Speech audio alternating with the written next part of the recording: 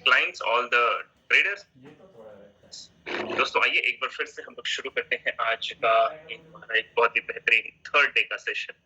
Friend, as you know कि पिछले 2 दिनों से हमने बहुत सारी बेसिक्स जानकारियां ली हैं ट्रेडिंग से संबंधित, और मेरे हमेशा से एक डिस्क्लेमर रहता है, मेरा काम है ये बताना कि फ्रेंड ये जो ट्रेडिंग का मार्केट है, फिर वो चाहे फॉरेक्स है या क्रिप्टोज है या फिर वो आपका शेयर मार्केट है, ये हमेशा से एक रिस्की मार्केट रहा है। और अगर आपके पास इसके बारे में प्रॉपर नॉलेज या प्रॉपर इन्वेस्टमेंट एक्सपीरियंस या आपका कोई भी ऐसा कंसल्टेंट आपके साथ नहीं है, तो ये मार्केट रिस्की है दोस्तों। तो इन सारी बातों को ध्यान में रखते हुए आपको पार्टिसिपेट करना है। दूसरी बात ये है कि मैं पर्सनली किसी को भी ये नहीं कहता कि आपको कहाँ ट्रेड करनी चाहिए या ट्रेड करनी चाहिए नहीं करनी चाहिए। मेरा केवल और केवल इस प्रोग्राम को लेने का इंटेंशन है कि ट्रेडिंग से जुड़ी हुई जो इन्फॉर्मेशन एक ट्रेडर्स के पास होनी चाहिए, वो इन्फॉर्मेशन देना मेरा काम है।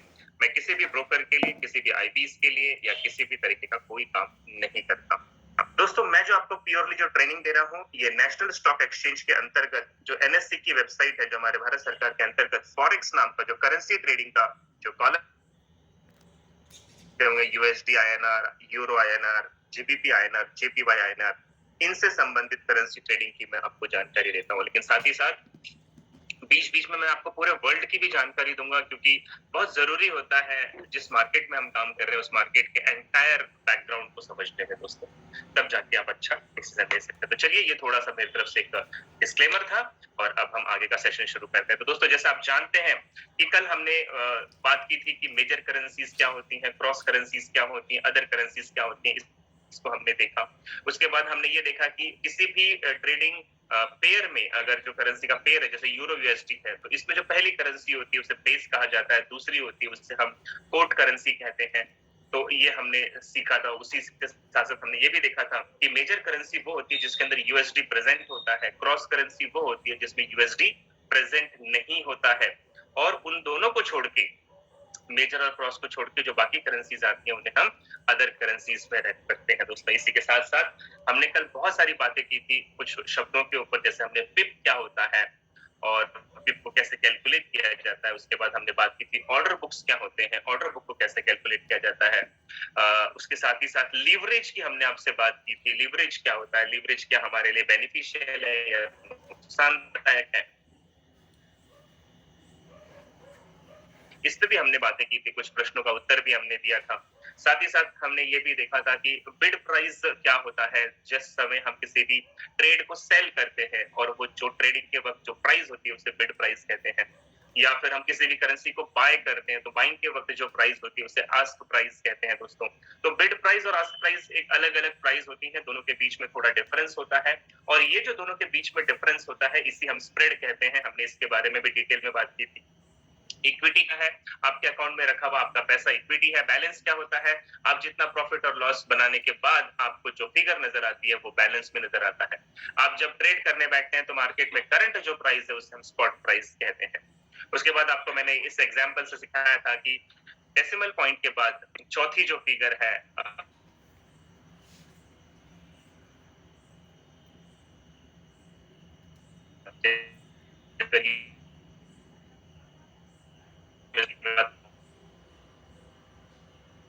तो वो हमारा यूनिट होता है और उसकी हम पिप कहते हैं। और जेपीवाई में डेसिमल के उसे आपको इग्नोर करके आना चाहिए। उसके बाद हमने ये भी देखा था कि अगर हम किसी ट्रेड में बाय ले रहे हैं और हमें 40 पिप का प्रॉफिट लेना है, तो बाय करते समय हमें प्रॉफिट को करंट प्राइस के अंदर, मौजूदा कीमत के अंदर जोड़ना पड़ता है और स्टॉप लॉस को घटाना पड़ता है। ऐसे ही हमने सेल साइड में देखा था कि अगर हमें प्रॉफिट बुक करना है तो सेलिंग के वक्त हमें करंट प्राइस में से हमारा जो प्रॉफिट है उसे माइनस करने से ही हमारा टारगेट सेट होता है। और स्टॉप लॉस के लिए हमें सेलिंग के वक्त करंट प्राइस के अंदर उसे जोड़ना पड़ता है अपने एसएल को। ये हमने डिटेल में बात की। उसके बाद लीवरेज क्या होता है, मैंने आपको बहुत डिटेल में समझाया। इंडियन मार्केट में 1:45 का लीवरेज होता है, फॉरेक्स में 1:500 का होता है। और ये लीवरेज जैसे जैसे हमारी इक्विटी ग्रोथ होती है वैसे वैसे लीवरेज भी ग्रोथ होता है, और जैसे जैसे इक्विटी का नुकसान होता है तो लीवरेज भी हमारा कम हो जाता है। इसमें भी मैंने आपको बताया। साथ ही साथ दोस्तों मैंने आपको ये भी बताया कि मार्जिन जो है वो बहुत इंपॉर्टेंट चीज है। तो हमारी जो इक्विटी होती है उस इक्विटी में से जो पैसा हम ट्रेड के लिए इस्तेमाल करते हैं वो यूज्ड मार्जिन होता है। और जो पैसा हमारे अकाउंट में बच जाता है वो हमारा फ्री मार्जिन कहलाता है। और मार्जिन लेवल परसेंटेज, जो कि बहुत इंपॉर्टेंट चीज मैंने आपको सिखाई थी, कि आपकी इक्विटी में से इस्तेमाल किया हुआ मार्जिन यानी कि यूज किया हुआ मार्जिन को डिवाइड कर दीजिए और जो फिगर आती है उसको अगर हम 100 से गुणा कर दें तो मार्जिन लेवल परसेंटेज हमारा निकल कर आ जाता है। और यहाँ पे मैंने आपको एक प्रिकॉशन भी बताया था कि अगर आप ट्रेड कर रहे हैं और आपका मार्जिन लेवल परसेंटेज 1000 से नीचे अगर आता है तो आपका अकाउंट जो है वो रिस्क जोन में हो सकता है। ये मैं एक रिव्यू करवा रहा हूँ ताकि आपको याद रहे कि कल हमने क्या क्या सीखा था। साथ ही साथ दोस्तों मैंने आपको एडिशनल अपने तरफ से चीज सिखाई थी, वो थी रिकमेंडेड मार्जिन, यानी कि आपका जितना भी पैसा इक्विटी के रूप में आपके अकाउंट में रखा है उसका केवल 10% पैसा आपको रिकमेंड कर रहा हूं ट्रेड करने के लिए। यानी कि आपको रिकमेंडेशन क्या है, मार्जिन केवल 10% अपने इक्विटी का आपको इस्तेमाल करना चाहिए। ऐसा इसलिए करना चाहिए क्योंकि अगर 10% का नुकसान हो जाता है तो हमारे पास जो फ्री मार्जिन 90% बचा है उससे हम यूज्ड मार्जिन 10% को कमा सकते हैं। लेकिन अगर हमने ये रिकमेंडेड मार्जिन वाला फॉर्मूला फॉलो नहीं किया, इस रूट को फॉलो नहीं किया और मान लीजिए किसी कारणवश आपकी ट्रेड में 50% का नुकसान हो जाए, यानी कि 1000 में से आपके 500 रुपए का नुकसान हो जाए, तो आपके 500 रुपए से फिर उस बचे हुए 500 रुपए से नुकसान हुए हुए 500 रुपए को कमाना थोड़ा सा मुश्किल होगा, समय लग जाएगा और ऐसे में आपका प्रॉफिट तो दूर हो, आपका वक्त इसके अंदर काफी निकल जाएगा दोस्तों। तो रिकमेंडेड मार्जिन को हमेशा आपको ध्यान में रखना है। उसके बाद आपको बताया था कि अगर आप किसी प्रीमियम करेंसी पे ट्रेड कर रहे हैं, जैसे यूएसडी से जुड़े हुए कुछ करेंसीज पे अगर आप ट्रेड करते हैं और ऐसे में अगर आपने वो ट्रेड एक रात या एक रात से ज्यादा के लिए रोक ली, यानी कि 24 घंटे से ज्यादा अगर उस ट्रेड को आपने रोका है अपने पास, तो उसके ऊपर दोस्तों आपको स्वैप चार्जेस देना पड़ता है। कितना देना पड़ता है? तो पर लॉट ये वेरी करता है सेशंस के हिसाब से या फिर उसके स्प्रेड के हिसाब से। ये $4 से लेकर $28 तक का आपको स्वैप चार्जेस देना पड़ता है। और जो नॉन प्रीमियम करेंसी है, यानी कि जिसके अंदर यूएसडी शामिल नहीं होता है फ्रेंड, तो ऐसी करेंसीज के बारे में आपको अगर एक रात या उससे ज्यादा के लिए अगर आप उसे होल्ड करते हैं तो आपको स्वैप चार्जेस मिलता है। यानी कि वो करेंसीज बहुत खुश होती है कि आप उन पे ट्रेड कर रहे हैं और उन्हें लंबे समय तक पोजिशनल ट्रेडिंग के या इंट्राडे के हिसाब से आप उन्हें रोकते हैं तो वो आपको स्वैप चार्जेस देते हैं। जैसे नॉन प्रीमियम करेंसी में एग्जांपल दिया है Australian dollar, New Zealand dollar, Canadian dollar, Swiss franc, euro, है ना, जीबीपी, ये सारी नॉन प्रीमियम करेंसीज में आती हैं। तो अगर इन करेंसीज को आप एक रात या उससे ज्यादा के लिए रोकते हैं तो आपको स्वैप चार्जेस यहाँ पे मिलता है। उसके बाद एक इंपॉर्टेंट वर्ड है जिसे हम स्प्रेड के रूप में जानते हैं दोस्तों। तो स्प्रेड क्या होता है? Difference between bid price and ask price, यानी कि बेची जाने वाली कीमत और खरीदी जाने वाली कीमत के बीच में जो एक अंतर होता है, छोटा सा अंतर होता है, उसे स्प्रेड कहते हैं।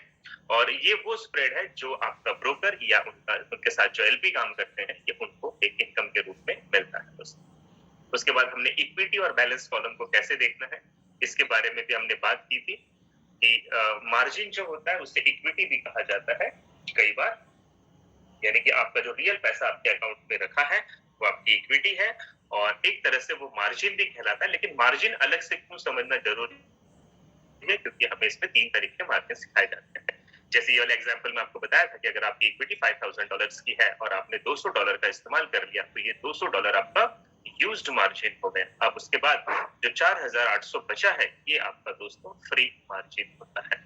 अब आप इस 4800 के हिसाब से आप और भी ट्रेड कर सकते हैं और ऐसे में आपका जो मार्जिन लेवल परसेंटेज है ये 2500% का है। बस मैं आपको यही बता रहा था कि ये 1000% से नीचे नहीं होना चाहिए। अब यहाँ पे ये जो 6000 दिखा रहा है इसका मतलब आपने इससे पहले जो ट्रेड की थी उसमें आपने 5000 की इक्विटी पे 1000 का मुनाफा कमाया था और ये 5 और प्लस 1000 मिलके आपको बैलेंस में नजर आता है $6000 का दोस्तों। तो ये कॉलम कुछ इस तरीके से हम देखते हैं जो आपका MT5 के ऊपर भी दिया होता है। अब यहाँ से हमारी लर्निंग अब आगे की शुरू होगी, तो डायरी पेन अपने साथ रखें क्योंकि आज बहुत सारे कैलकुलेशन हमें सीखने हैं और अगर ये कैलकुलेशन आप सीखेंगे तब दोस्तों आगे का दरवाजा आपका शुरू होगा यहाँ से, अदरवाइज आपको बहुत सारी प्रॉब्लम आ सकती है। सो एक इंपॉर्टेंट वर्ड है यहाँ पे, वो है लॉट। क्या होता है लॉट और क्या होता है लॉट साइज? तो हम यहाँ इसको बहुत ध्यान से समझते हैं, एक एक बातों को अपने मस्तिष्क में बड़े ही आराम से जाने दें। और मैं भी अभी रिव्यू कर रहा था इसलिए थोड़ा फास्ट था, लेकिन अब मैं आपको एक एक बातें सिखाने की कोशिश कर रहा हूं ताकि आपके माइंड में वो इंसर्ट हो जाए। दोस्तों लॉट जो होते हैं ये 3 प्रकार के होते हैं। There are 3 types of lot, ठीक है।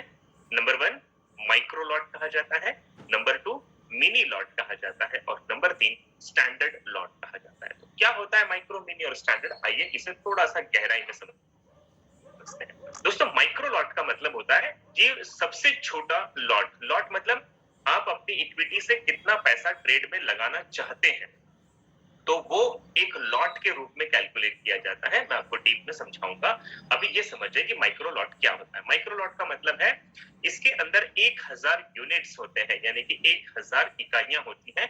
और जब आप माइक्रो लॉट में ट्रेड करते हैं तो आप वहां पे लिखोगे लॉट के कॉलम में 0.01, ये होता है लॉट, माइक्रो लॉट, ठीक है। दूसरा होता है मिनी लॉट। मिनी लॉट में दोस्तों 10,000 यूनिट्स होते हैं, 10,000 इकाइयां होती हैं। और आप जब इसे ट्रेड के वक्त इस्तेमाल करोगे और आपको लग रहा है कि मिनी लॉट में ट्रेड करनी है, तो आपको लॉट वाले कॉलम में मैन्युअली आपको डालना पड़ेगा 0.10, यानी कि आप मिनी लॉट में ट्रेड करना चाहते हैं। और अगर आप स्टैंडर्ड लॉट की बात करें तो स्टैंडर्ड लॉट में 1,00,000 यूनिट्स होते हैं, 1,00,000 यूनिट्स, यानी कि 1,00,000 इकाइयां होती हैं दोस्तों। और अगर आप स्टैंडर्ड लॉट में ट्रेड करना चाहते हैं तो लॉट वाले कॉलम में आपको मैन्युअली अपने हाथों से डालना पड़ता है 1.00, यानी कि दोस्तों आपको अगर इस मार्केट में ट्रेड करना है तो सबसे छोटा जो लॉट होता है वो होता है 0.01 का, जिसे हम माइक्रो के नाम से जानते हैं। दूसरा होता है 0.10 का, जिसे हम मिनी के नाम से जानते हैं। और तीसरा होता है 1.00 का, जिसे हम स्टैंडर्ड के नाम से जानते हैं।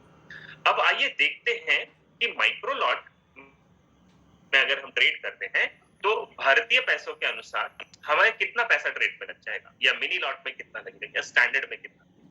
तो यहाँ पे देखिए दोस्तों बहुत डिटेल में लिखा है, माइक्रो लॉट का मतलब होता है 0.10 सेंट लॉस और प्रॉफिट।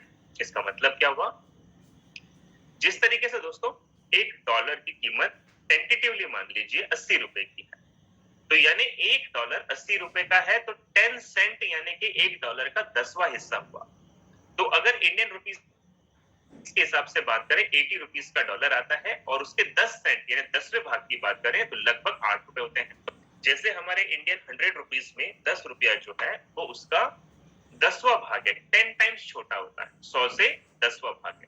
वैसे दोस्तों सेंट जो होता है वो डॉलर का 10 टाइम्स छोटा यानी कि 10वां हिस्सा होता है। तो अगर आप माइक्रो लॉट में ट्रेड करते हैं और आपने वहां पे लिखा है 0.01, तो यानी कि आपके 10 सेंट ट्रेड में लग रहे हैं, और इंडियन रुपीस में 10 की जगह 8 रुपए आपके एक वक्त ट्रेड में लगते हैं। और अगर मार्केट में एक पिप की मूवमेंट हो जाती है, जैसे मैंने आपको बताया, मान लीजिए 146 माइनस 352 ऐसा लिखा है, और अगर एक पिप माइनस मार्केट ऊपर चला जाए यानी कि 146.362, यानी कि ये देखिए 5 में क्या हुआ, एक पिप बढ़ गया, 6 पिप हो गया। तो ये जो 8 रुपए आपके लगे हैं वो एक पिप के हिसाब से आपके 16 रुपए हो जाते हैं, ठीक है। तो इस बात को ध्यान में रखिएगा कि पर पिप पे आपको 10 सेंट का प्रॉफिट यानी कि 8 रुपए का प्रॉफिट या 8 रुपए का नुकसान हो सकता है। इस बात को ध्यान में रखिएगा फ्रेंड। और अगर हम बात करते हैं मिनी लॉट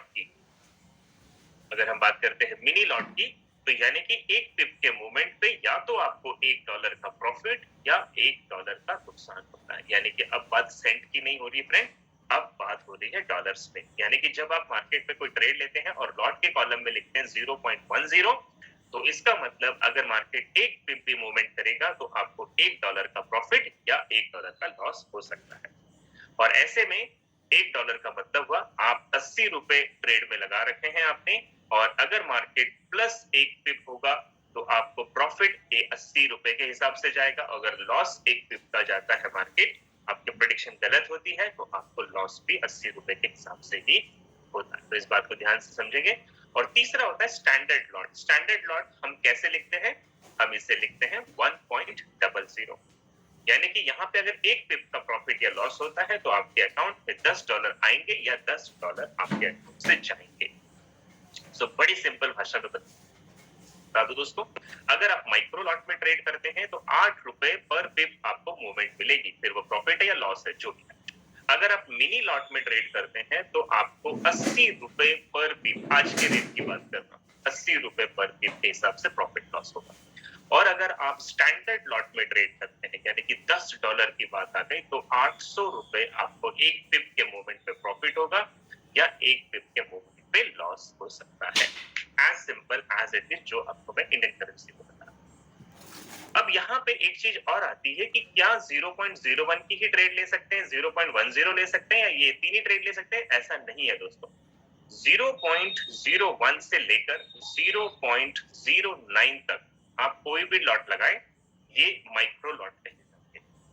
दूसरा 0.10 यानी कि मिनी लॉट जहां से शुरू होती है, यहां से लेके 0.99 तक की आप लॉट लगा सकते हैं, ये मिनी लॉट ही कहलाएगा। और 1.00 से ऊपर आप कितना भी अबाव चले जाओ, ये आपका स्टैंडर्ड लॉट कहा जाता है। इस बात को ध्यान में रखिए। सो फ्रेंड, आगे हम कुछ बातों को और भी ध्यान से समझते हैं। आई होप सो आपको लॉट कितने प्रकार के होते हैं, क्या क्या इनके नाम होते हैं, इनको लिखा कैसे जाता है, और पर पिप पे ये हमें कितना प्रॉफिट और कितना लॉस देते हैं। सो दोस्तों, अब इसको धीरे धीरे आपको मैं प्रैक्टिकल भी सिखाने की कोशिश करूंगा कि इसे जब आप ट्रेड के वक्त इस्तेमाल करेंगे तो कैसे करते हैं। जैसे यहाँ पे लिखा है, सबसे छोटा लॉट हमने लिया है माइक्रो लॉट 0.01, तो एक पिप का प्रॉफिट मतलब मुझे 10 सेंट का प्रॉफिट होगा। और मैंने आपको इंडियन करेंसी में बता दिया है 10 सेंट यानी कि आज के 8 रुपए। अगर आपने 0.1 की मिनी लॉट ली है और एक पिप का प्रॉफिट या लॉस होता है तो आपको $1 का मुनाफा या नुकसान हो सकता है। और अगर आपने स्टैंडर्ड लॉट में ट्रेड किया तो यहाँ पे एक पिप के मूवमेंट पे या तो आपको $10 आएंगे या आपके अकाउंट से $10 नुकसान करते हो तो जा सकते हैं। तो ये बात आपको समझ में आ चुकी होगी। अब हम ये देखेंगे कि लॉट साइज को कैलकुलेट कैसे करते हैं, कैसे लॉट साइज निकालते हैं। अब यहाँ पे ध्यान से सुनिएगा दोस्तों, यहाँ क्या लिखा है, use 10% of the total equity, यानी कि आपको जो रिकमेंडेड मार्जिन सिखाया था वो क्या सिखाया था कि आपके कुल इक्विटी का केवल 10%, अगर आप सेफ चलना चाहते हैं। दोस्तों देखिए, अगर आप नए हैं तो मैं तो चाहूंगा कि आप इसमें नुकसान न करें, आप ये मार्केट में पैसे देने नहीं आए और लेने आए हो। तो ऐसे में आपका जो टोटल इक्विटी है उस पर रिकमेंडेड मार्जिन को ध्यान में रखना है, आपको केवल 10% का इस्तेमाल करना है।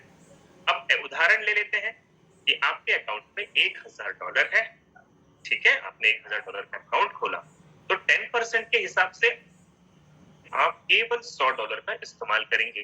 तो अब आपको ये तो पता चल गया कि मेरे पास $1000 की इक्विटी है और मुझे केवल $100 ट्रेड में लगाना है, क्योंकि मेरे अकाउंट को मुझे सेफ रखना मेरा।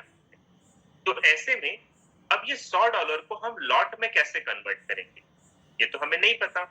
तो इसीलिए मैं आपको बता देता हूँ, एक फॉर्मूला है इसे कन्वर्ट करने का, और वो ये है कि ये जो 343 लिखा है ना यहाँ पे, $343, इसको समझ जाइए आप। इसका मतलब हो गया दोस्तों, एक स्टैंडर्ड लॉट, यानी अगर आप एक स्टैंडर्ड लॉट इस वाले लॉट में ट्रेड कर रहे हैं, इस वाले, तो आपके अकाउंट से $343 एट अ टाइम ट्रेड के लिए लग जाते हैं। स्टैंडर्ड लॉट बहुत बड़ा होता है, ठीक है, $343 का एक स्टैंडर्ड लॉट होता है।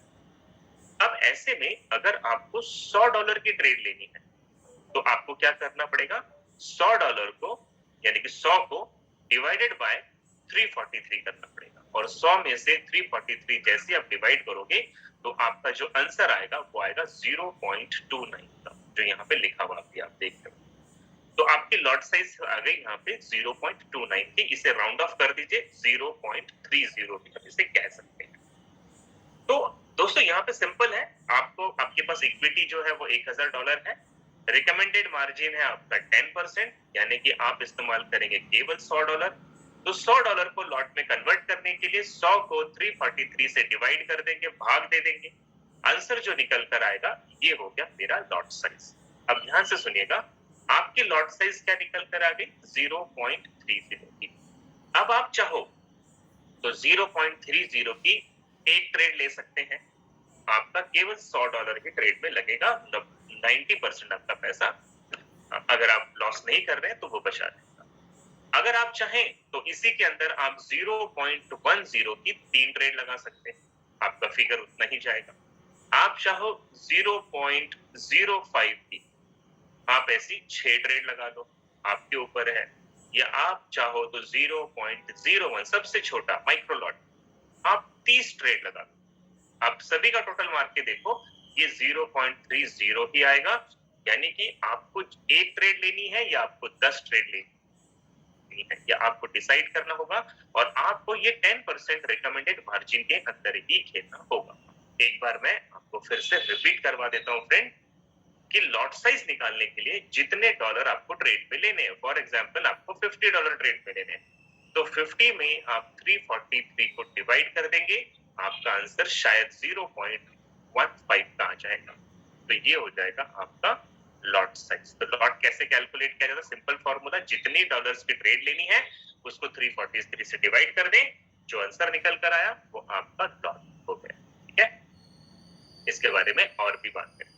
अब यहाँ पे स्क्रीन पे एक रेडीमेड चार्ट दिया हुआ है, आप चाहो तो इसका स्क्रीनशॉट भी ले सकते हैं फ्रेंड। और ये चार्ट जानबूझ के खास करके नए लोगों के लिए हेल्पफुल होगा। जैसे मैं एग्जांपल दे देता हूँ कि यहाँ पे आपके अकाउंट में मान लो $200 है या $200 है, तो आपकी जो लॉट साइज होगी वो 0.01 की लॉट साइज होगी और आप ज्यादा से ज्यादा 5 ट्रेड ले पाओगे। अगर आपके अकाउंट में $1000 या $1000 है तो आपकी लॉट साइज 0.06 से ऊपर नहीं जानी चाहिए और ऐसे दिन भर में आप 25 ट्रेड ले सकते हैं।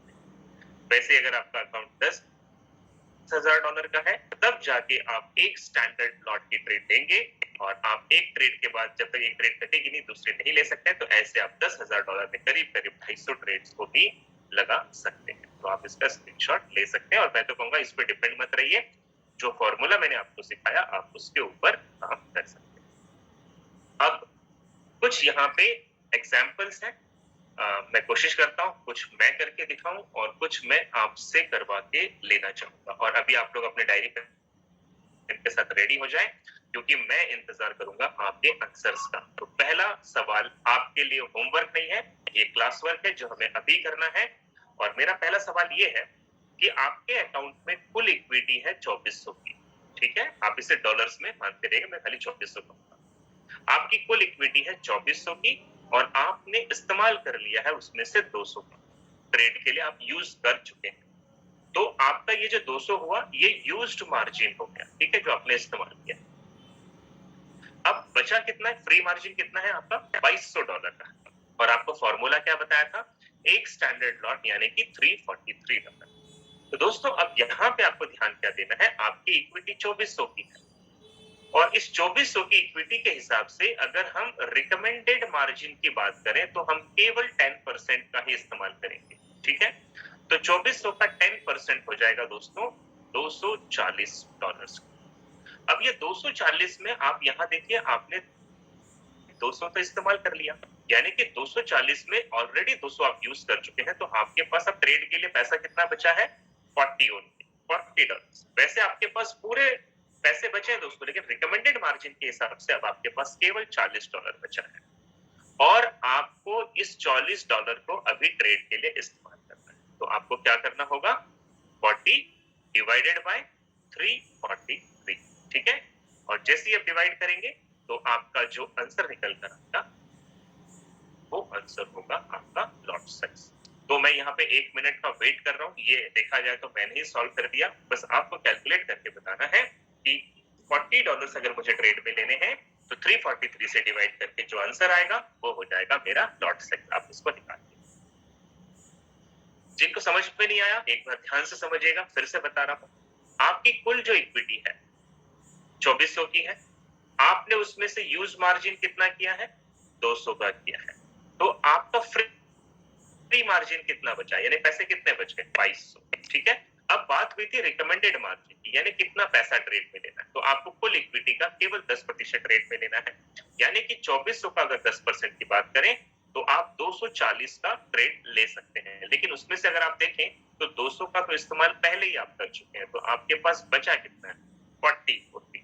तो 40 को लॉट साइज में कन्वर्ट करने के लिए आप इसे 343 से डिवाइड करेंगे। देखिए कुछ लोगों के आंसर भी आने लग गए हैं मुझे, तो इससे अगर 343 से डिवाइड करेंगे तो जो फिगर निकलकर आपकी स्क्रीन पे इस वक्त आ रही है दोस्तों, वो है आपका लॉट साइज। लॉट साइज कुछ इस तरीके से आपको निकालना चाहिए और समझ में भी आना चाहिए कि रनिंग मार्केट में भी मेरे पास कितनी इक्विटी है और मेरे पास फ्री मार्जिन कितना है, रिकमेंडेड मार्जिन कितना है, और उससे लॉट साइज को कैसे कैलकुलेट कर सकते हैं।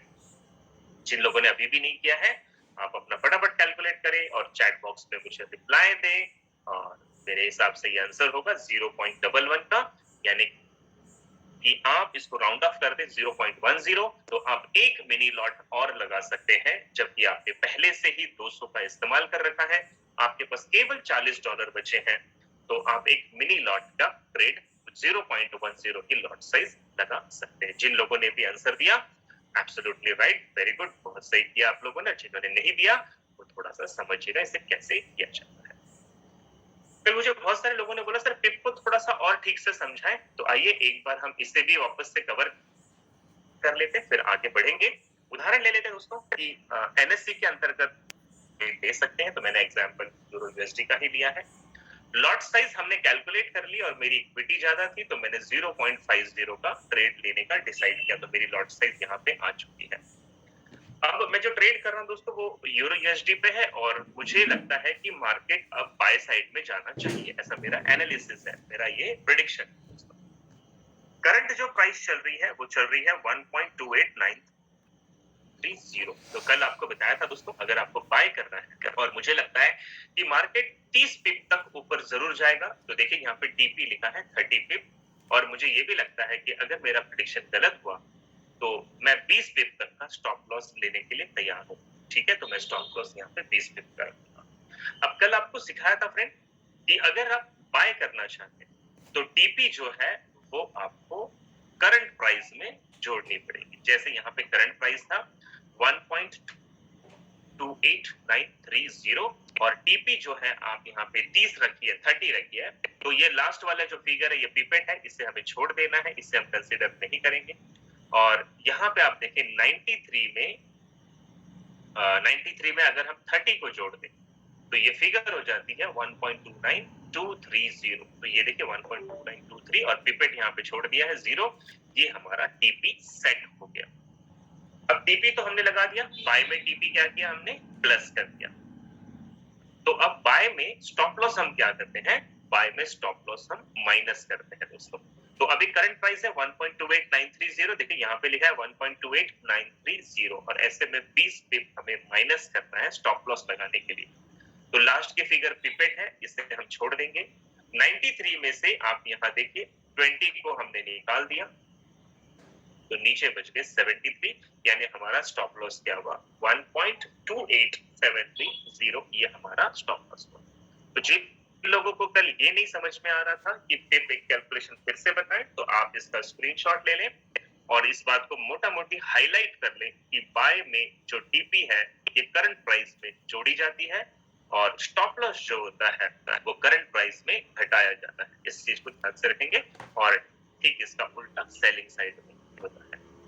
फिर से आपको बता दूं, ये सेल साइड का एग्जांपल हम ले रहे दोस्तों, और करेंसी हमने ली है यूरो यूएसडी, लॉट साइज है 0.50, ठीक है।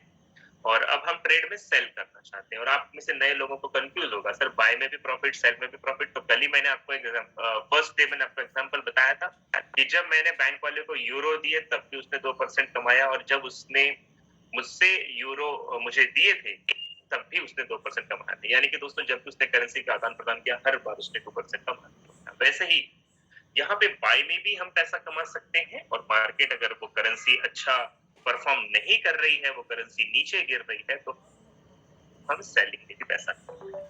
अब ये सेल साइड में अगर हम जा रहे हैं, करेंसी है हमारी यूरो यूएसडी, लॉट साइज हमने डिसाइड कर लिया है, करंट प्राइस है हमारा 1.28930 का, और मुझे लगता है कि मार्केट 30 पिप तक कम से कम नीचे जाएगा, ये मेरा स्ट्रॉन्ग प्रेडिक्शन है। तो यहाँ पे देखिए लिखा है मैंने टीपी मुझे 30 पिप्स की लेनी है, लेकिन मुझे ये भी पता है कि ये मार्केट रिस्की है।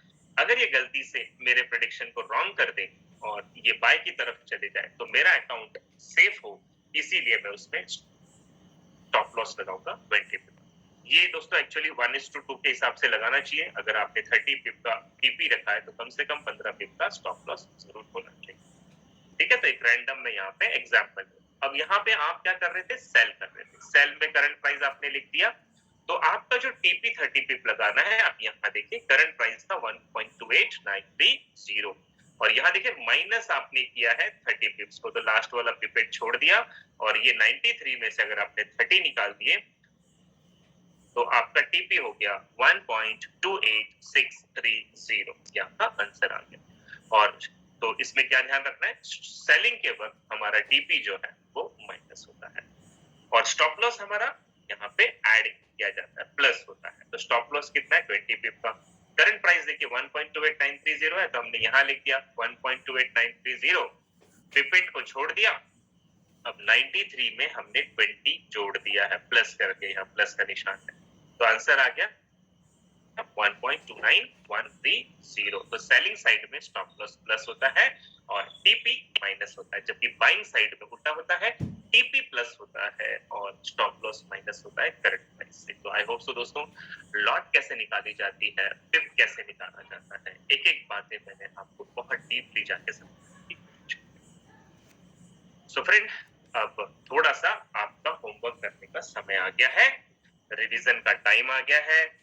मैं यहाँ पे आपको थोड़ा जंबल करूंगा, आपको थोड़ा मिसमैच करवाऊंगा, आपको मैं शायद टेढ़े मेढ़े बाउंसर सवाल डालूंगा, और मैं ये देखना चाहता हूँ कि क्या सच में पिछले 3 दिनों से जो आप लर्निंग कर रहे हैं डेडिकेशन के साथ, वैसे तो काउंट 100 से ज्यादा ही बना है कंटिन्यू, सो मैं ये भी देखना चाहूंगा फ्रेंड कि क्या आप सही लर्निंग कर रहे हैं। तो मैं आपके सामने अभी कुछ सवाल डालूंगा और आपको पिप कैलकुलेट करना है। यहाँ पे अगर वो बाय है तो बाय में टीपी प्लस करते हैं, स्टॉप लॉस माइनस करते हैं। अगर वो सेलिंग साइड में है तो टीपी को माइनस करना है और स्टॉप लॉस को प्लस करना है। अब सबसे इंपॉर्टेंट चीज आएगी कि इसमें डॉट के बाद आपको 5 फिगर भी नजर आएंगे, डॉट के बाद 3 फिगर भी नजर आएंगे, डॉट के बाद 2 फिगर भी नजर आएंगे। तो पिप किसे कहते हैं, यूनिट कौन सी होती है, ये मैं सारा बता चुका हूं, तो अब मैं आपको नहीं बताऊंगा। अब बारी आपकी है, आपको प्रूफ करना है कि आपने कितने अच्छी लर्निंग अभी तक की है। सो फ्रेंड, मेरा पहला सवाल है आपके स्क्रीन पे ये कि मान लो मुझे जीबीपी यानी कि ग्रेट ब्रिटेन पाउंड और यूएसडी में यानी कि यूनाइटेड स्टेट में ये पेयर के अंदर मुझे ट्रेड नहीं करनी। मार्केट का अभी जो करंट प्राइस है वो है 1.34870, ये एग्जांपल ले रहे हैं, रैंडम लिया है, ठीक है, और मैं इसको बाय करना चाहता हूँ, इस करेंसी को, ये जो करंट प्राइस है इस पे मुझे बाय करना है, और मेरा टीपी जो है वो 30 पिप्स का है और स्टॉप लॉस में इस पे 15 पिप का लगाना चाहिए। सो फ्रेंड, वक्त आपका शुरू होता है। आप बताइए कि जीबीपी यूएसडी की ट्रेड है, आप 1.34870 पे ट्रेड में एंटर कर रहे हैं, आप बाय कर रहे हैं, तो आपका यहाँ पे टीपी कितना होगा और आपका स्टॉप लॉस कितना होगा। मैं आपका रिप्लाई का वेट कर रहा हूँ। चैट बॉक्स में आके आप मुझे लिखें टीपी इतना और एसएल इतना होगा, और केवल टीपी लिखकर मत भेजे, दोनों कैलकुलेट करके एक साथ दोनों चैट बॉक्स में भेजे, और मैं एक एक करके नाम भी देख पाऊंगा आप लोगों के कि कौन यहाँ पे रिप्लाई कर रहा है। और देखिए मुझे यहाँ पे कुछ लोगों के रिप्लाई भी आने लगते हैं। वेरी गुड, ये सही कर रहे हैं गलत कर रहे हैं मुझे नहीं पता, मैं यहाँ पे आपको आंसर शो कर दूंगा, लेकिन पहले आप खुद ट्राई करें। जिन लोगों को समझ में नहीं आया है फिर से बता दूं, करंट प्राइस यहाँ पे लिखा हुआ है, आप बाय करने वाले हैं और आपको 30 पिप का प्रॉफिट लेना है। तो बाय में आपको बताया था टीपी जो है वो प्लस किया जाता है और स्टॉप लॉस जो है वो माइनस किया जाता है, 15 पिप का स्टॉप लॉस। कुछ लोग बहुत अच्छा रिप्लाई दे रहे हैं, बल्कि मुझे तो बहुत सारे रिप्लाई दिखाई दे रहे हैं यहाँ पे मेरे स्क्रीन पे, और आंसर भी आ रहे हैं। लेट ट्राई, जिन लोगों को अभी थोड़ा वक्त लग रहा है, देखिए कुछ लोग अब एसएल भी भेज रहे हैं, कुछ ने पहले टीपी भेज दिया था। तो फ्रेंड, क्या होगा इसका टीपी और क्या होगा एसएल? कुछ लोगों के जवाब यहाँ पे बहुत सही है और कुछ लोगों के गलत भी आ रहे हैं। तो देखिए यही होता है, मार्केट बाय या सेल में जाता है, कुछ बेच रहे होते हैं तो कुछ खरीद रहे होते हैं। इसमें प्रॉफिट वही कमाएगा जो सही प्रेडिक्शन करेगा, सही कैलकुलेशन करेगा। तो चलिए एक बार देख लेते हैं कि बहुत सारे रिप्लाई आने के बाद इसका सही आंसर क्या था, और इसका सही आंसर था जो टीपी होगा 1.35170 और स्टॉप लॉस होगा 1.34720। तो जिन लोगों का भी ये आंसर आया है वो अपने पीठ पे शाबाशी दे सकते हैं अपने आप को कि आप बहुत अच्छी लर्निंग कर रहे हैं, और जिनका आंसर ये नहीं आया है, गलत हुआ है। आप एक बार स्क्रीन को ध्यान से देखें, मैं आपको फिर से बताना चाहूंगा। आपका जो करंट प्राइस था वो था 1.34870 पिपेट है, ठीक है। तो डेसिमल के बाद जो चौथी फिगर है यानी कि 7 जो है ये आपकी यूनिट हो गई। अब आपको करना है बाय। तो बाय में हमने आपको सिखाया था कि टीपी जो है वो जोड़ी जाती है, प्लस की जाती है। और कितना टीपी है? टीपी है 30। हम पिपेट के नीचे नहीं लिखेंगे, यहाँ यूनिट नहीं है, यूनिट ये है, ठीक है। अब हमारा आंसर क्या आएगा? आंसर आएगा पीछे 0, 7 का 7, 8 और 3 11, 11 में से 1, 4 और 1 5, ये हो गया 5, ये 3 ऐसे ही रहेगा, डॉट और 1, ये देखिए 1.35170। इस तरीके से हमने टीपी को कैलकुलेट किया। अब आपका स्टॉप लॉस जो है 15 पिप का है, करंट प्राइस क्या है 1.34870, और बाय में हम स्टॉप लॉस क्या करते हैं? माइनस करते हैं, माइनस कर देते हैं ना। स्टॉप लॉस कितना है? 15 पिप। तो हम पिपेट के नीचे नहीं लिखेंगे, हम 7 जो पिप है यूनिट है उसके नीचे पाई लिखेंगे। और अगर मैं इसको माइनस कर दूं तो 0 वैसे ही रह जाएगा। 7 में से 5 गए, यहाँ पे 2 बच गए, 8 में से 1 गया, यहाँ पे 7 हो गया, ये 4 वैसे ही रहेगा, 3 वैसे ही रहेगा, डॉट वैसे ही रहेगा, 1 वैसे ही रहेगा। ये देखिए 1.3472। तो कुछ लोगों को समझ में नहीं आया था, गलत आंसर हो गए। हो सकता है हड़बड़ी में भी हो सकते हैं समझ आने के बावजूद, लेकिन इस मार्केट में हड़बड़ी नहीं करनी, कोई भी घाई नहीं करनी है आपको, नहीं तो आपके ट्रेड एसएलटी अगर गलत हो गया तो आपके पैसों का नुकसान हो सकता है। चलिए कोई बात नहीं, जिन लोगों का आंसर सही आया उनके लिए कांग्रेचुलेशंस, अपोलोजाइज करता हूं मैं आप लोगों को। और जिनके आंसर गलत आए, डरने की बात नहीं, हम यहाँ पे हैं क्यों? हम हैं यहाँ पे सीखने के लिए, और आप लोग अच्छी लर्निंग कर रहे हैं, कोशिश कर रहे हैं, इससे बड़ी चीज और क्या हो सकती है। तो चलिए एक सवाल मैं अपनी तरफ से और भी दूंगा, और बहुत ध्यान से सुनना, मैं बाउंसर देखने वाला हूँ, तो बिल्कुल सवाल को ध्यान से समझिएगा। आप अब ट्रेड लेने जा रहे हैं, वो है एनजेडी और यूएसडी का पेयर है, यानी कि न्यूजीलैंड डॉलर और यूनाइटेड स्टेट डॉलर। आपका जो करंट प्राइस है दोस्तों आपकी स्क्रीन पे दिया हुआ है, करंट प्राइस है आपका 0.68410। आप इसमें सेलिंग साइड में बैठ रहे हैं। अभी ध्यान रखना, पहले हमने बाय की बात की थी, अभी हम सेल करने वाले हैं, और हमारा टीपी जो है वो 40 पिप का लगाना है, और स्टॉप लॉस हमें 20 पिप का लगाना है। तो चलिए आपका समय शुरू होता है अब। मैं वेट करूंगा आपका चैट बॉक्स में। करंट प्राइस है, सेल करना है आपको एनजेडी यूएसडी को, टीपी आपका 40 पिप है, स्टॉप लॉस आपका 20 पिप। अब सेलिंग में टीपी क्या करते हैं मैं आपको 4 से 5 बार बता चुका हूं, तो अब नहीं बताऊंगा क्योंकि आपको खुद को समझना चाहिए दोस्तों। सिराज भाई, यस, वेरी गुड। कुछ लोग रिप्लाई भी दे रहे हैं फटाफट। खाली टीपी का रिप्लाई ना करें फ्रेंड, टीपी और एसएल दोनों एक साथ बना लें। यहाँ पे कोई कंपटीशन नहीं है कि आपको जल्दी देना है रिप्लाई, आप अपना सफिशिएंट टाइम लें, लेकिन यहाँ पे टाइम लीजिएगा, रियल ट्रेड में टाइम नहीं मिलता है इतना सारा। तब तक पता चला कि आपके 4-5 पिप का मूवमेंट बीत जाए अगर आप अपडेट करें। बहुत सारे लोग यहाँ पे रिप्लाई कर रहे हैं, कॉन्ग्रेचुलेशंस। बहुत सारे लोग के साथ रिप्लाई सही भी दिखाई दे रहे हैं। मुझे नहीं पता ये क्या होगा, या आपका होमवर्क है, आप समझे, मैं तो आपको स्क्रीन पे दिखा दूंगा सही आंसर क्या है। फ्रेंड आप रिप्लाई दीजिए दीजिए दीजिए, और जो लोग अभी पार्टिसिपेट नहीं कर रहे, मुझे वही नाम बार बार नजर आ रहे हैं जो पहले भी रिप्लाई कर चुके हैं। वो नाम तो मुझे नजर ही नहीं आ रहे जो अभी तक यहाँ पे 100 से ज्यादा की गिनती है। सो फ्रेंड एक बार फिर से आप ध्यान दें।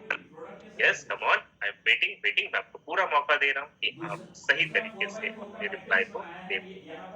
चलिए, very good very good very very absolutely very good. I can see lots of trade, lots of chat में देख पा रहा हूँ दोस्तों। बहुत अच्छा लगता है जब आप लोग इस तरीके से पार्टिसिपेट करते हैं। ओके ओके ओके, चलिए लेट्स सी क्या इसका आंसर हो सकता है, ये भी देखते हैं। एनजेडी यूएसडी था, सेल था, और हमने आपको बताया था सेलिंग में टीपी जो है वो करंट प्राइस में जोड़ी जाती है, प्लस की जाती है, और स्टॉप लॉस को माइनस किया जाता है।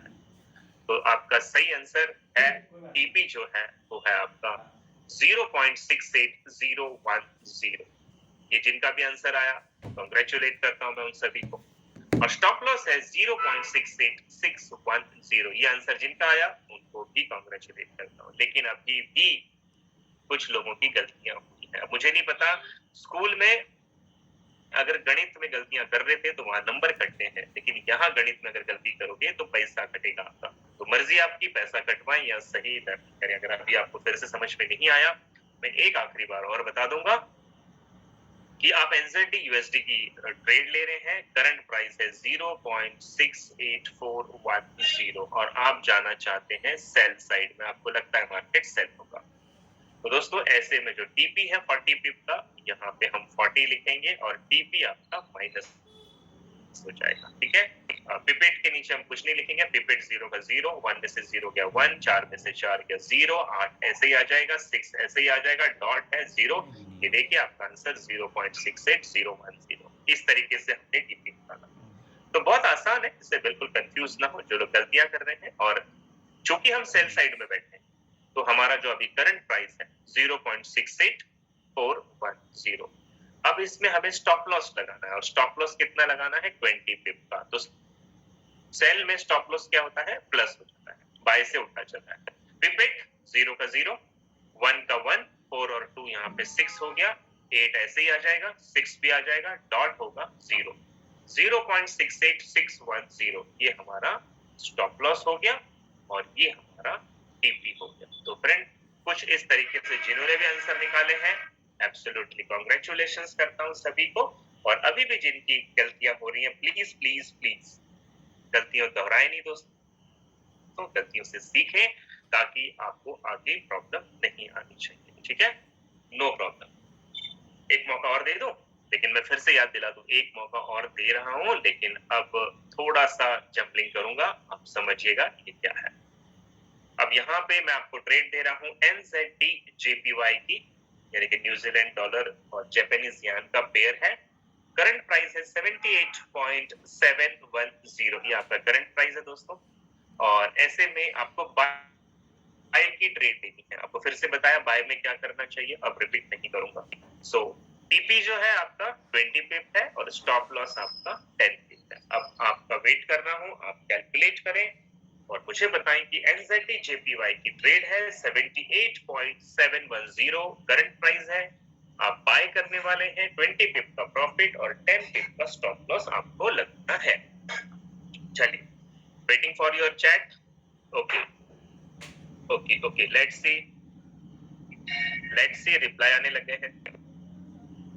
बहुत बहुत अच्छा रिप्लाई कर रहे हैं दोस्तों। मैं देख रहा हूँ आप लोगों की स्पीड भी बढ़ रही है, आप लोग सीखने की तरफ भी बहुत ध्यान दे रहे हैं। और इतने चैट्स आ रहे हैं कि मैं कई बार तो चैट्स को देख भी नहीं पा रहा हूँ, लेकिन हाँ चैट बॉक्स में सारे हैं मेरे पास, जरूर मैं इनको देखता हूँ। Wow, nice nice, very good, absolutely fine, absolutely fine. अभी भी देख रहा हूँ कुछ गलतियां हैं, कुछ लोग मिस्टेक कर रहे हैं, कुछ लोग तो मतलब पिपेट को लिख ही नहीं रहे। चलो कोई बात नहीं, ना लिखे, लेकिन आंसर आपका सही होना चाहिए। तो दोस्तों वेरी गुड, बहुत अच्छा कर रहे हैं आप लोग। NZD JPY में क्या होता है, डेसिमल पॉइंट के बाद केवल 3 डिजिट होते हैं, तो उसमें जो आखिरी डिजिट है यानी कि 0 जो है वो पिपेट है, उसे छोड़ देना है। इसमें जो पिप होगा वो 1 होगा, यानी डेसिमल के बाद जो दूसरी फिगर है वो आपकी पिप हो जाएगी। सो फ्रेंड इसी तरीके से आपको TPSL को डिसाइड करना है। चलिए देख लेते हैं इसका आंसर क्या था। तो इसका आंसर था, ये बाई की ट्रेड है, टीपी को हम प्लस करेंगे तो 71 में हम 20 को जोड़ देंगे तो 78.910 ये हमारा टीपी हुआ। जिन लोगों के भी आंसर है मेरी तरफ से बहुत बहुत बहुत मुबारक, कांग्रेचुलेशंस। और स्टॉप लॉस जो है वो 71 में से हम 10 को माइनस कर देंगे, स्टॉप लॉस माइनस हो जाएगा, तो ये हो जाएगा फ्रेंड 78.610, ये हमारा स्टॉप लॉस है।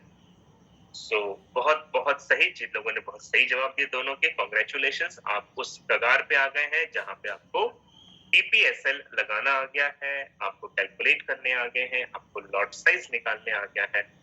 और मुझे बहुत बहुत खुशी होती है दोस्तों अगर आप सही लर्निंग करते हैं और अच्छा कैलकुलेशन अगर आप कर पाते हैं, तो ये कहीं ना कहीं आपके पैसों की सुरक्षा भी है और आपको एक सही प्रोफेशनल ट्रेडर की भूमिका में भी ले जाएगा। अभी भी कुछ साथियों के आंसर गलत हुए हैं और मैं एक मौका आखिरी दूंगा, इसके बाद नहीं दे पाऊंगा क्योंकि हमें आगे भी बढ़ना चाहिए दोस्तों। सो अब मैं आपको एक करेंसी और दे रहा हूं, AUD JPY, ऑस्ट्रेलियन डॉलर और जापानीज येन है। ये सेलिंग की ट्रेड है आपकी, करंट प्राइस है आपका 83.490, सेल करना है आपको 83.490 करंट प्राइस है। टीपी लेना है 25 का, 25 का, स्टॉप लॉस लेना है आपको 15, ठीक है, ये सेल है। आराम से कीजिए, टाइम लीजिए, कोई हड़बड़ी नहीं, गलत आंसर नहीं करना है। यूडीजेपीवाई सेल करना है, सेल में टीपी क्या होती है आपको बताया है, स्टॉप लॉस क्या करना है ये भी आपको बताना है। तो आप ट्राई करें और मैं चैट बॉक्स में वेट कर रहा हूँ। चैट कुछ आ गया, कुछ लोगों के रिप्लाई आने लग गए, कुछ लोगों के आंसर्स आने लग गए। Very good very good very good, let's see और आंसर आने दीजिए, फिर हम इसको डिस्क्लोज करते हैं, हम इसको ओपन करते हैं। बहुत बढ़िया बहुत बढ़िया बहुत, come on come on come on, I am waiting. मैं चाहता हूँ सारे पार्टिसिपेट करें इसके अंदर। जो लोग पार्टिसिपेट नहीं कर रहे दोस्तों, मैं आपको बता दूं, आप अगर आज प्रैक्टिस के दौरान एक्टिव नहीं हुए तो दोस्तों ट्रेड के दौरान आप लेजी हो जाएंगे, आपको ये सारी कैलकुलेशन कहीं ना कहीं पैसों के रूप में नुकसान देती है। तो वहां गलती करने से बेहतर है यहाँ गलतियां करना। लर्निंग में कभी भी दोस्तों ये मत सोचना आपका प्रोफेशन क्या है, आपकी एज क्या है, आपका एक्सपीरियंस क्या है, सब अलग बात है। आप अपनी जगह पे बहुत धुरंधर है, लेकिन अगर आप बेसिक कोर्स में हैं तो कहीं ना कहीं आप सीखने आए हैं, और सीखने आए हैं तो बिल्कुल सीख रहे हैं। देखिए कितने सारे लोग रिप्लाई कर रहे हैं। चलिए चलिए, वेरी गुड। तो लेट्स सी क्या होता है। एयूडी जेपीवाई है, सेल साइड है, टीपी आपका 25 था और स्टॉप लॉस 15 का था। तो इसका सही आंसर है टीपी जो होगा आपका 83.240, क्योंकि सेलिंग साइड में टीपी माइनस होता है, तो 49 में से 25 चले गए तो ये 24 रह गया, यानी कि 83.240 ये आपका टीपी है। तो जिन लोगों का सही टीपी लगा है उनकी सही ट्रेड भी लगेगी और वो सही प्रॉफिट भी बना सकते हैं।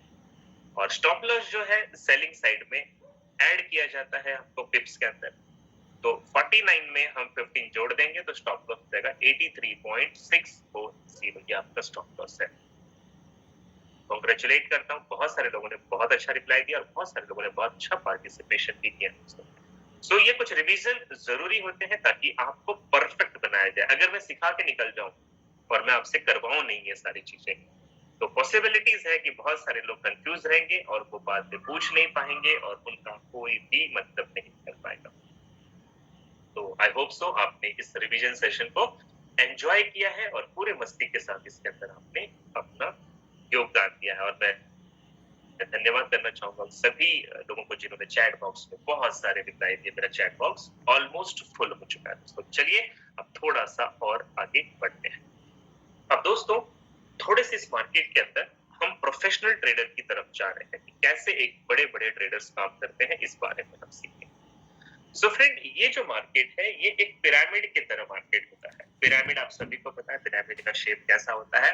अगर मेरी ड्राइंग तो ज्यादा अच्छी नहीं है पर मैं फिर भी बता दूं, ये एक कुछ इस तरीके से ये एक लाइन बनती है और ये इस तरीके से लाइन बनती है और ये नीचे की रेखाओं को जोड़ दिया जाता है। मेरी ड्राइंग अच्छी नहीं है, माइंड मत कीजिएगा। ये एक पिरामिड का शेप हो, आपने देखा होगा ना इजिप्ट वगैरह में जो पिरामिड्स होते हैं उसकी तरह होता है। तो ये पिरामिड मैं आपको क्यों बोल रहा हूँ, क्योंकि इस मार्केट के 3 बहुत बड़े हिस्से होते हैं, जिसमें सबसे पहले आते हैं एफएक्स डीलर्स। एफएक्स डीलर मतलब कौन होते हैं दोस्तों, ये वर्ल्ड की सबसे बड़ी बड़ी बैंक्स है, सबसे बड़े बड़े फाइनेंशियल इंस्टीट्यूट्स हैं, जिनके पास अरबों खरबों रुपए होते हैं और वो इस मार्केट में ट्रेड करते हैं, यानी कि इस मार्केट की बड़ी मछलियां। जैसे यहाँ पे एग्जाम्पल लिखा है Deutsche bank, Morgan, UBSC, federal, prime, इस तरीके की जो बैंक है दोस्तों, जो वर्ल्ड की बहुत बड़ी बड़ी बैंक है। और ये मार्केट के अंदर बहुत सारा इक्विटी, बहुत सारा पैसा इनका भी लगा है। अगर मैं परसेंटेज में बात करूं तो एंटायर करेंसी मार्केट में जो $8 ट्रिलियन का टर्नओवर डेली हो रहा है, इस टर्नओवर का तकरीबन 43% पैसा बड़े बैंकों का लगा हुआ है। तो दोस्तों ये मार्केट कोई गैम्बल नहीं है, कोई सट्टा नहीं है, ये एक प्रॉपर ट्रेडिशनल मार्केट है। जैसे इंडिया में शेयर मार्केट काम करता है वैसे वर्ल्ड में करेंसी मार्केट काम करता है। और दोस्तों ये बड़े बैंकों का 43% का जो रेशो है वो इनके माध्यम से ट्रेड के लिए इस्तेमाल किया जाता है। उसके बाद जो सेकंड पायदान पे आते हैं, दूसरे नंबर पे आते हैं, वो है अदर लार्ज पार्टिसिपेंट, यानी कि इसके अंदर बड़ी बैंकों के अलावा जो बाकी के बड़े बड़े पार्टिसिपेंट है उसके अंदर कुछ और बैंक्स आती हैं जो इन बैंकों की तुलना में थोड़ी कम होती हैं, छोटी होती हैं, लेकिन वे भी बैंक्स हैं। और इसके अंदर बड़ी बड़ी बैंक्स आती हैं, आईसीआईसी है, एचडीएफसीज हैं, इस तरीके के बैंक्स आते हैं दोस्तों जो बहुत पार्टिसिपेट करते हैं। और साथ में ही बड़ी बड़ी कंपनियां इसके अंदर काम करती है, जैसे आपने अमेजोन का नाम सुना है, फ्लिपकार्ट के नाम सुने हैं, अलीबाबा का नाम सुना है, टेस्ला का नाम सुना है। तो ऐसे बहुत सारी बड़ी बड़ी लार्ज कंपनी, लार्ज एंटरप्रेन्योर्स हैं दोस्तों, वो इसमें एक बहुत बड़ा कंट्रीब्यूशन करते हैं, वो भी बहुत बड़ी ट्रेड करते हैं। और मेरे हिसाब से लगभग 33% का कंट्रीब्यूशन इन बड़ी कंपनीज और इन बैंकों का भी होता है। दोस्तों देखा जाए तो अगर इनको मिला दें तो लगभग लगभग इस मार्केट का 76% की ट्रेड तो केवल इन बड़े इंस्टीट्यूट्स यानी बड़े बैंक्स और बड़े फर्म्स की होती है। उसके बाद जो तीसरे नंबर पे आते हैं, सबसे अंत में आते हैं, वो है फॉरेक्स के ब्रोकर। और इसके अंदर आपके और मेरे जैसे रिटेल ईसीएन ट्रेड करने वाले लोग, और इनकी संख्या कितनी है? इनकी संख्या 24% की। तो आप इसमें देखिए, इसमें ब्रोकर आ गया और बाद में रिटेल ट्रेड करने वाले लोग आए। तो आप ये मान सकते हैं दोस्तों, इस बात को आप समझ सकते हैं कि ये अपने आप में कितना विशाल मार्केट है, कितना बड़ा मार्केट है। और आप और हम इसमें लास्ट के 4% में कहीं ना कहीं खड़े होते होंगे, लास्ट के 4%, यानी 96% तो हमसे बड़े बड़े बाप लोग यहाँ बैठे हैं, हमसे बड़ी बड़ी फर्म्स, बड़े बड़े बैंक्स इसके अंदर ट्रेड में लगे हैं, इनके पैसे मार्केट में लगे हुए हैं। और इसीलिए इस मार्केट का वॉल्यूम बहुत होता है, और वॉल्यूम बहुत होने की वजह से ये लोगों को आकर्षित करता है। तो फ्रेंड, बहुत बड़ा मार्केट है, हर एक बात को ध्यान से समझिएगा। बाकी आपका अपना डिसीजन है कि क्या करना है, क्या नहीं करना है। इसके बाद मैं थोड़ा सा आपको इंटरबैंक मार्केट क्या होता है और ये कैसे काम करता है, आप इस बात को समझिए। इसको नोट नहीं करेंगे तो भी चलेगा, बस इसको अपने दिमाग में जाने दीजिए। दोस्तों, इंटरबैंक मार्केट क्या होता है? जहां पे दो बड़े अलग अलग देशों के बैंक आपस में पैसों का आदान प्रदान करते हैं। जैसे अगर मैं बात करूं, यूनाइटेड स्टेट में जो डीलिंग होती है वो यूएस डॉलर में होती है, आपको पता है। और यूनाइटेड स्टेट का जो प्राइम बैंक है वो फेडरल बैंक है। वैसे इंडिया में आईएनआर में जो डीलिंग होती है वो रिजर्व बैंक ऑफ इंडिया के माध्यम से होती है। यानी कि अगर अमेरिका और इंडिया के अंदर कोई भी पैसों का आदान प्रदान हो रहा है, यूएसडी आईएनआर का आदान प्रदान हो रहा है, तो यहाँ पे फेडरल बैंक और रिजर्व बैंक ऑफ इंडिया के बीच में लेन देन होता है। तो ऐसे में दोस्तों ये लेन देन कैसे करते हैं, ये थोड़ा सा क्या कहते हैं ना, आपके नॉलेज के लिए बता रहा हूँ। They can do this by transacting directly through EBS, यानी कि ये जो दो देशों के बड़े बड़े नेशनल बैंक्स होते हैं उनके, यानी कि प्राइम बैंक्स होते हैं, ये इलेक्ट्रॉनिक ब्रोकिंग सर्विस के माध्यम से पैसों का आदान प्रदान करते हैं, या फिर इसे थॉमसन रिचर्स भी कहा जाता है। ये एक ऐसी प्रणाली है जहां पे यूएसडी और आईएनआर को एक लेजर के माध्यम से गिव एंड टेक किया जाता है। दोस्तों, Who are the two electronic broking platform at this level? यानी कि दोस्तों जो बड़ी बड़ी प्राइम बैंक्स हैं उनके जो ऑर्डर बुक होते हैं, वो जो ट्रेड करते हैं, वो थॉमसन रिचर्स या फिर ईबीएस के माध्यम से करते हैं। हम और आप इसके अंदर नहीं कर सकते। This is only available to very large bank like UBSC, Dutch, JSBC, Morgan। यानी कि इस तरीके का प्लेटफॉर्म, ईबीएस प्लेटफॉर्म या थॉमसन रिचर्स प्लेटफॉर्म जो है, वो इन बड़े बड़े बैंकों के लिए, इंस्टीट्यूट के लिए उपलब्ध होते हैं ट्रांजैक्शन करने के लिए। इसमें 60 to 70% जो ट्रांजैक्शंस होते हैं वो सब ईबीएस के माध्यम से। ये बीच में इंफॉर्मेशन थी जो आपको पता होना बेहद जरूरी है दोस्तों। अब एक चीज और बता दें कि हाउ टू चूज ब्रोकर, क्योंकि अब मेरा पार्ट किसी भी ब्रोकर को सजेस्ट करना नहीं है। आपका अपना इंटेंशन है, आपको कहाँ काम करना है, नहीं करना है, डेमो करना है, रियल करना है, ये आप डिसाइड कीजिए। लेकिन इस मार्केट में दोस्तों दो तरीके के ब्रोकर होते हैं, एक होता है ए बुक और एक होता है बी बुक। तो जो ए बुक ब्रोकर होता है ये जेन्युइन ब्रोकर कहा जाता है इसे, और बी बुक को थोड़ा सा फ्रॉड ब्रोकर भी कहा जा सकता है, स्पष्ट भाषा में कहते हैं। तो ए बुक का जो ब्रोकर होता है, funnel the order to the interbank market, यानी कि अगर आप ए बुक ब्रोकर के साथ काम कर रहे हैं तो आपकी जितनी भी ट्रेड लगती है ये इंटरबैंक सिस्टम पे यानी इंटरबैंक सॉफ्टवेयर पे लगती है आपकी ट्रेड, ठीक है। और आपकी जो ट्रेड होती है they match with other traders order, यानी कि आपकी जो ट्रेड लगती है दोस्तों, ये मार्केट के दूसरे ट्रेडर्स के साथ आपकी ट्रेड की जो वैल्यू है वो मैच होती है, यानी कैंडल मैच होते हैं, प्राइस एक्शन मैच होता है आपका, क्योंकि वो पूरे वर्ल्ड के लिए एक प्लेटफॉर्म है दोस्तों। और यहाँ पे अगर आपका ब्रोकर ए बुक है तो broker get paid for charge commission. तो यहाँ पे ब्रोकर आपको ये सुविधा देने के लिए कुछ चार्ज आपसे लेता है, फिर वो कमीशन के रूप में हो या फिर वो आपके स्प्रेड के रूप में आपसे चार्ज लेता है। लेकिन वहीं पे अगर आपका ब्रोकर जेन्युइन नहीं है और वो बी बुक का काम कर रहा है, तो take the other side of the trade, यानी कि अगर आपने बाय की ट्रेड लगाई तो वो आपके अपोजिट में सेल साइड में बैठ जाएगा और आपकी ट्रेड को मिसमैच करा देगा। और आपकी जो ट्रेड है दोस्तों, वो केवल और केवल उसके इन हाउस में रहती है, यानी कि उसके डेस्कटॉप तक ही सीमित रहती है, यानी कि उसके ऑफिस तक ही आपकी ट्रेड जाती है। आपकी ट्रेड वहां से इंटरबैंक के सिस्टम तक नहीं जाती है। और जब क्लाइंट का नुकसान होता है तभी ब्रोकर का प्रॉफिट होता है। इसीलिए ए बुक और बी बुक की भी बातें यहाँ पे बहुत सारी की जाती है। सो फ्रेंड, आज के एजुकेशन को हम यहीं तक रखेंगे कि मैं नहीं चाहता बहुत सारा कंटेंट आपको डिलीवर कर दूं। आज हमारा तीसरा दिन था। उम्मीद करता हूं कि आपको धीरे धीरे बहुत सारी चीजें समझ में आ रही होंगी और आप नोट्स भी बना रहे होंगे। और अब अगर किसी का कोई सवाल होगा तो दोस्तों आप जरूर हैंड रेस कीजिए, मैं एक एक करके आपको अनम्यूट करने की कोशिश करूंगा और मैं आपसे फेस टू फेस बात करूंगा कि आपके जो भी डाउट्स हैं आप केवल डाउट्स पूछेगा।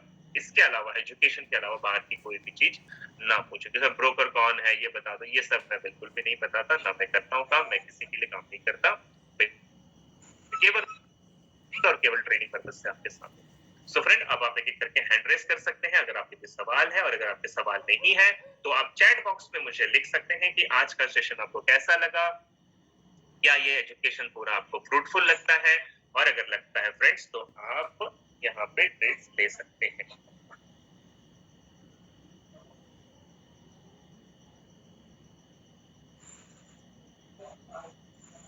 सो फ्रेंड, यहाँ पे मैं जो हैंड रेस देख पा रहा हूँ वेदांत जी का। वेदांत जी, आप फटाफट अपना सवाल पूछ लीजिए, मैं आपको अनम्यूट कर रहा हूँ। यस वेदांत जी। हाँ सर, मेरा एक सवाल है जी पूछिए सर।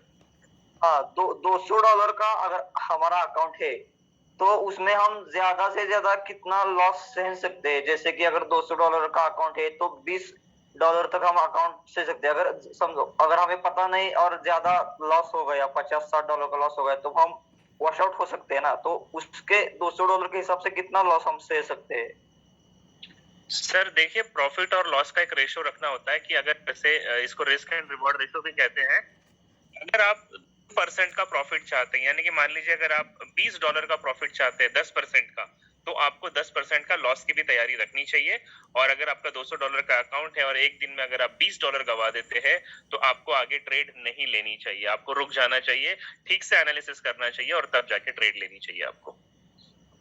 मतलब ज्यादा कितना होना चाहिए? मतलब $200 के लिए 10% से ऊपर आपका लॉस नहीं होना चाहिए। Okay okay.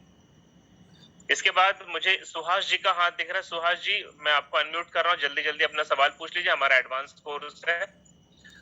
हेलो सर जी, हमारा हाँ। $550 का मतलब $200 का अकाउंट था। $550 का अकाउंट हो गया तो हमारी पोजीशन है ना, वो ओवरनाइट टू नाइट चल रही थी और उसमें $200 लॉस भी चल रहा था उस पोजीशन में।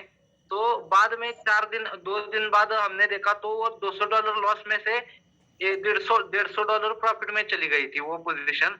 लेकिन हमने आज देखा 4 बजे तो हमारा $550 का अकाउंट था, वो $4 ही रह गए, बाकी सब खत्म हो गया। ऐसा कैसे हुआ सर? तो आपकी जो ट्रेड फ्लोटिंग में चल रही थी सर, आपने ट्रेड पे ध्यान दिया नहीं दिया, एक तो ये देखना पड़ेगा। दूसरा, कोई न्यूज के मोमेंट पे तो नहीं हुआ कि आपने जहां ट्रेड ली और वो बहुत ज्यादा अप डाउन कर गई, तो इसकी वजह से भी हो सकता है। तो थोड़ा सा ये तो सर आपने उसको देखने के बाद ही पता चलेगा सर, ऐसे नहीं बताया जा सकता है। सो फ्रेंड, यहाँ पे हैंड रेस बहुत है, लेकिन माफी चाहता हूँ 9:02 हो गया, हमें अगला सेशन शुरू करना है। तो मैं कल आप लोगों के सवाल को शुरुआती में ले लूंगा और आज के लिए हम इसको यहीं तक रखते हैं। मुझे इजाजत दीजिए। कल रात ठीक 8 बजे आप जुड़ जाइए, क्योंकि आप लोग का वेट करने में जो हम 5-10 मिनट नुकसान कर देते हैं उससे हमारा पूरा सेशन लॉस होता है। तो कल रात को मिलते हैं 8 बजे, तब तक के लिए गुड नाइट, शुभ रात्रि दोस्तों, बाय बाय।